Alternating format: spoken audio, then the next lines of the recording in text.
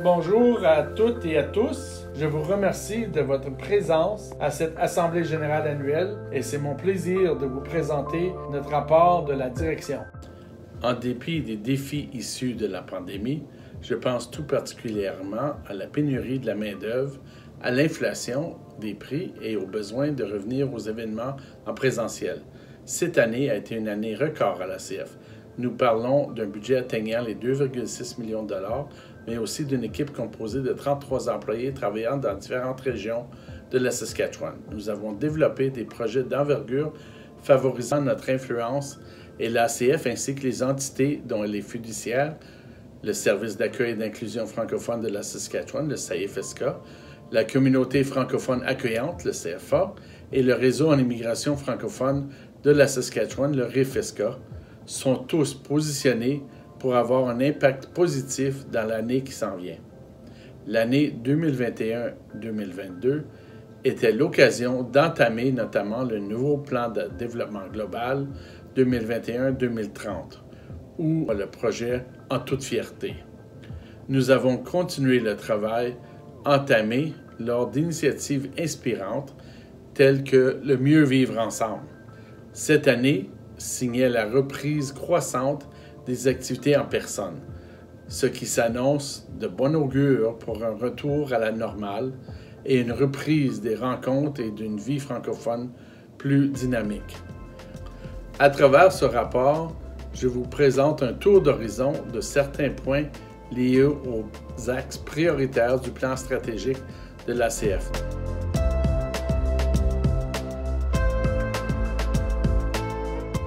Au cours de l'année, nous avons pu reprendre certaines rencontres en présentiel, tout en respectant les mesures sanitaires mises en place par le gouvernement provincial. De ce fait, des rencontres telles que la table des élus, le forum associatif et institutionnel, les diverses tables de concertation sectorielles et les réunions au niveau des directions et aux autres rassemblements avec les comités concernant des initiatives au sein du réseau ont permis de retrouver une cohésion au sein du réseau associatif francescois. Le forum du réseau associatif et institutionnel réunit les directions provinciales et régionales. Cet espace de discussion privilégié est aussi le moment permettant l'échange, le réseautage et la formation. Le forum est aussi l'occasion d'aborder des enjeux auxquels sont confrontés les organismes et permet de développer des partenariats. Autre rendez-vous, la table de concertation en éducation en français se déroule tous les 2 mois afin de faire le point sur les initiatives, les attentes, les problématiques liées à l'éducation. Cette table représente une passerelle importante entre le système scolaire et le secteur communautaire. L'année 2021 a vu naître le comité de réflexion activités physiques et récréatives afin de réaliser un état des lieux et travailler sur un plan d'action afin d'améliorer et répondre aux besoins de la communauté. C'est dans ce contexte que les Francescoises et les Francescois ont participé à un sondage représentant un premier pas dans la perspective du développement d'espaces favorisant la pratique d'activités, et ce, en français, en Saskatchewan. Concernant la concertation des régions, les directions régionales se sont à nouveau réunies à tous les trimestres cette année, afin de partager l'actualité et la programmation des régions, ainsi que d'échanger sur leurs expériences liées à leur contexte respectif. Le rendez-vous francescois 2021 s'est déroulé virtuellement pour une 2e année. Du 1er au 7 novembre, les participants et participantes se sont penchés sur la thématique du continuum en éducation, du concept à l'action. Une programmation virtuelle proposant des ateliers, des formations, des événements culturels et des présentations, ainsi qu'un panel pan-canadien portant sur la loi des langues officielles. Le rendez-vous francescois fut l'occasion d'échanger sur l'éducation à toutes ses étapes, du préscolaire au postsecondaire. Le rendez-vous a aussi été marqué par le spectacle du compositeur-interprète Fred Pellerin, présenté par le Conseil culturel francescois. Une représentation virtuelle exclusive au rendez-vous francescois, produit par la troupe du jour intitulée Talk Show, a été très appréciée et a permis d'adresser la question de l'inclusion au sein de la communauté. Les événements sur Zoom étaient retransmis via Facebook afin de rejoindre un plus grand auditoire. Depuis le rendez-vous francescois, le comité du Continuum en éducation s'est formé pour assurer le suivi de l'ensemble des éléments liés au parcours de l'éducation. Je voudrais remercier l'ensemble de nos partenaires du Rendez-vous francescois 2021. J'aimerais particulièrement remercier Radio-Canada Saskatchewan qui a permis à Nicole Lavergne-Smith d'être l'animatrice désignée et maître des cérémonies tout au long des 3 jours de présentation sur le continuum en éducation. Merci. Notre équipe au renforcement communautaire appuie les organismes francescois dans le développement organisationnel. Alors, plusieurs services ponctuels sont offerts.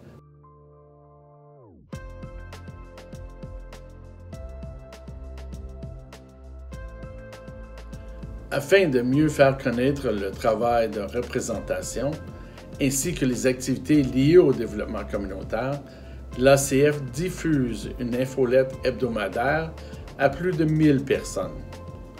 De plus, chaque semaine, les membres de l'équipe et les députés peuvent suivre l'actualité francophone de la province et du pays à travers une revue de presse. L'ACF anime plusieurs sites web, dont ceux du SAIF-ESCA et Bonjour ESCA, ainsi que les pages liées au rendez-vous francescois, au camp voyageurs, et est présent sur diverses plateformes de médias sociaux. L'ACF, à travers son rôle de porte-parole auprès du gouvernement fédéral et du gouvernement provincial, revendique pour des programmes et des politiques favorisant l'immigration francophone. L'ACF s'assure également que la communauté francescoise puisse livrer des services directs en français aux immigrants et aux résidents permanents établis en Saskatchewan. Il est important que le réseau associatif et la communauté soient capables de répondre aux besoins des immigrants et immigrantes francophones. Pour ce faire, plusieurs ententes ont été négociées avec le gouvernement fédéral, notamment auprès du ministère de l'Immigration, Réfugiés et Citoyenneté Canada et auprès du ministère de l'Immigration et de la formation professionnelle de la Saskatchewan. En agissant comme entité fiduciaire, nos ententes envers l'immigration et les immigrants dotent la communauté francescoise de ressources dont elle a besoin. En 2021-2022, nous avons considérablement augmenté nos capacités dans ce domaine en multipliant les services disponibles pour les francophones. L'ACF participe à l'événement Destination Canada depuis 2005 dans le but de faire connaître la Saskatchewan. En 2021, l'événement a attiré 13 000 visiteurs en direct et plus de 31 000 personnes qui ont pu visualiser les informations présentes lors de l'événement. Par l'entremise du service d'accueil et d'inclusion francophone, nous travaillons main dans la main avec les autres intervenants en immigration afin de favoriser la diversité culturelle et l'inclusion en Saskatchewan, tout en faisant l'établissement des nouveaux arrivants francophones. Cette année, le SAIF-ESCA ne cesse de s'agrandir afin de répondre aux besoins. L'inauguration de nos bureaux à Prince-Albert demain témoigne de cette croissance du SAIF-ESCA et des besoins grandissants auxquels nous allons pouvoir répondre. Parmi les initiatives cette année, il y a le programme HIPPY, un programme d'instruction à domicile pour les parents d'enfants d'âge préscolaire, réalisé en partenariat avec le Centre Mothers Matter. Ce programme préscolaire gratuit, disponible dans 6 régions de la Saskatchewan, est destiné à des parents réfugiés et immigrants francophones. Le RIFESCA est notre table de concertation multisectorielle touchant l'immigration, afin d'assurer la pleine contribution du réseau associatif à l'accueil et l'établissement des nouveaux arrivants francophones. Cette année a marqué le retour des membres lors de rencontres en présentiel.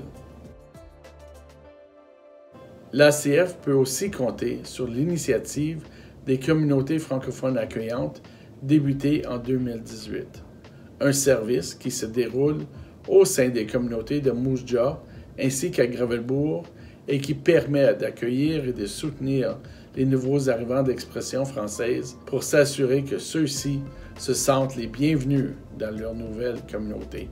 Les rendez-vous de la francophonie canadienne se sont déroulés tout au long du mois de mars 2022, s'articulant autour de la Journée internationale de la francophonie du 20 mars.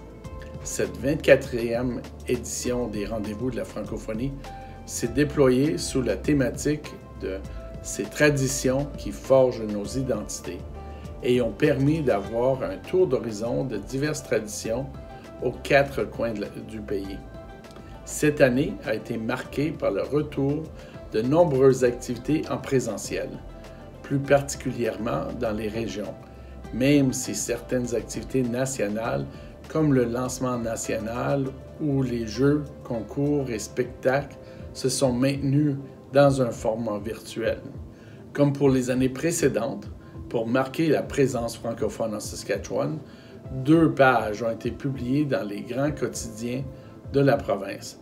De petits tintamars se sont déroulés dans certains endroits, notamment à Moose Jaw, Gravelbourg et Pontex, ou encore des cérémonies de levée de drapeaux communautaires et scolaires ont eu lieu. Autre événement de ce mois de mars, la proclamation des rendez-vous de la francophonie au Palais législatif s'est déroulée le 9 mars en présence de M. Todd Gowdy, secrétaire législatif responsable des affaires francophones. L'auteur, compositeur, interprète Étienne Fletcher a été l'invité spécial. Avec l'apaisement de la pandémie durant la saison estivale, le camp voyageur a pu de nouveau rassembler les jeunes francophones de la province en présentiel du 12 juillet au 27 août 2021. Nouveauté de cette édition, le camp voyageur s'est rendu dans différentes régions de la province.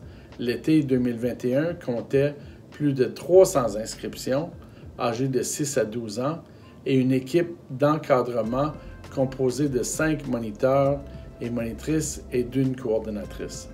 Le Conseil des écoles francescoises, l'Association Jeunesse francescoise, le Service d'accueil et d'inclusion francophone en Saskatchewan ont été des partenaires clés, facilitant l'organisation de ce camp ambulant.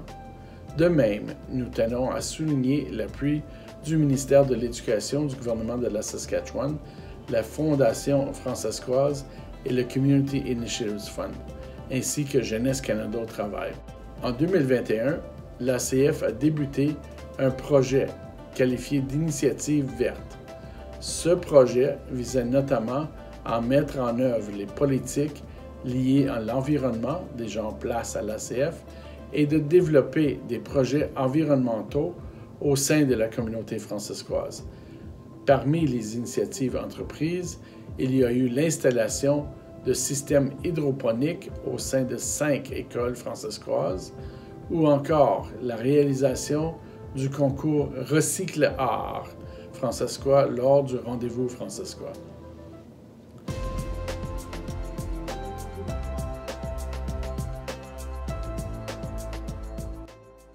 Parmi les exemples de résilience communautaire en temps de pandémie, nous avons présenté l'année passée la mise en place du partenariat provincial interculturel. Depuis maintenant plus d'1 an, le projet Mieux vivre ensemble n'a pas cessé d'évoluer. Cette initiative, dont l'ACF est fiduciaire, vise à soutenir des activités contribuant à comprendre, contrer et prévenir les activités de discrimination, d'intimidation, de racisme et de harcèlement moral et physique au sein de la communauté francescoise. Cette année, le Mieux Vivre Ensemble a poursuivi la série de formations intitulée « Osons le mieux vivre communautaire » pour sensibiliser les employés et les bénévoles des organismes communautaires tout en développant des cafés dialogues dans les régions sur diverses thématiques animées et modérées par Maître Julie Lassonde, avocate, médiatrice et consultante. Un microsite Internet et une page Facebook sont dédiés à ce projet afin d'y retrouver ces initiatives. Parmi les projets en chantier présentement, il y a la Charte des valeurs francescoises ainsi qu'un code de conduite contre l'intimidation. En prévision de la journée de sensibilisation pour la lutte contre l'intimidation qui s'est déroulée le 23 février, l'Assemblée communautaire francescoise a coordonné la production et la distribution de chandails roses. Cette initiative a permis d'afficher le soutien de la communauté francescoise et affirmer son engagement contre l'intimidation. L'année 2022 a vu naître le projet En toute fierté, une initiative visant à favoriser la représentation et le bien-être des francophones de la communauté 2E LGBTQIA+. À travers ce projet, la communauté est invitée à participer à des événements, des activités, assister à des formations et des ateliers éducatifs, notamment lors du mois de la fierté. Autre facette importante de ce projet, celui d'informer et de sensibiliser la population francescoise et francophile sur les enjeux relatifs à la communauté de LGBTQIA+, afin de bâtir une communauté toujours plus unie, solidaire et respectueuse. Je tiens à remercier chaleureusement mon équipe qui œuvre quotidiennement au bon fonctionnement de l'ACF, du CFSK, du CFA et du RIFSK.